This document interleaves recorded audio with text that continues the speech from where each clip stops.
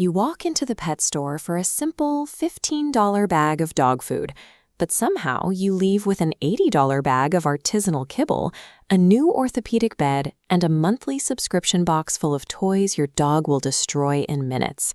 You tell yourself they are part of the family and deserve the best, using that affection to justify the higher total at the register. But what is actually happening is just the first step into a massive, hidden, emotionally driven financial trap. My name is Nick, and I spend a lot of time looking for the invisible financial traps that keep hardworking people feeling broke at the end of the month. Today, we're breaking down the pet parent premium.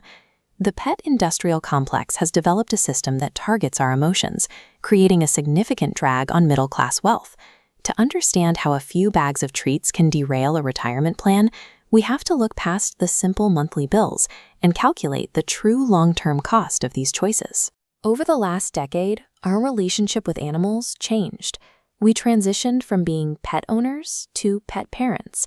The pet industry noticed this shift and began spending billions of dollars to market products using that specific identity. They use guilt-based marketing to suggest that feeding anything less than human-grade refrigerated meals is a failure of care. This chart highlights the statistical reality of why this works. 69% of Americans admit their emotions drive their spending decisions. Retailers exploit that feeling, charging a massive premium to help owners alleviate the guilt of leaving their dogs home while they work. This leads to the subscription trap, which is where the most consistent financial bleeding happens. Most people underestimate this cost. While the average person thinks they spend $86 a month on subscriptions, the real number is closer to $273.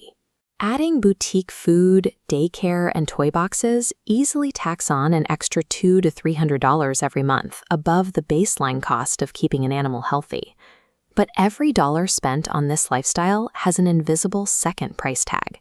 If you took that extra $300 a month and invested it in an S&P 500 index fund returning 8%, you'd see a very different result.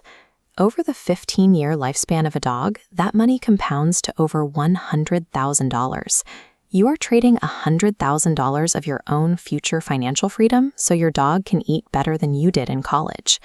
In many ways, pets have been turned into a middle-class status symbol.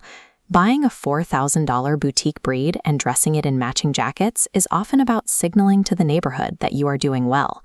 But building actual wealth requires the opposite approach. It requires stepping off the comparison treadmill. Looking wealthy and actually being wealthy are often two different things. If you want the latter, you have to prioritize your balance sheet over a performative lifestyle. A dog does not care if its food comes from a boutique refrigerator or a standard paper bag. Look at your bank statements this month. Cancel the toy subscriptions, go back to standard vet-approved kibble, and start automatically investing the difference. Your future self will thank you for making the boring, non-emotional choice today. If this made you rethink your pet spending, hit the like button and subscribe for more financial truths. Let me know in the comments the craziest luxury pet expense you've ever seen.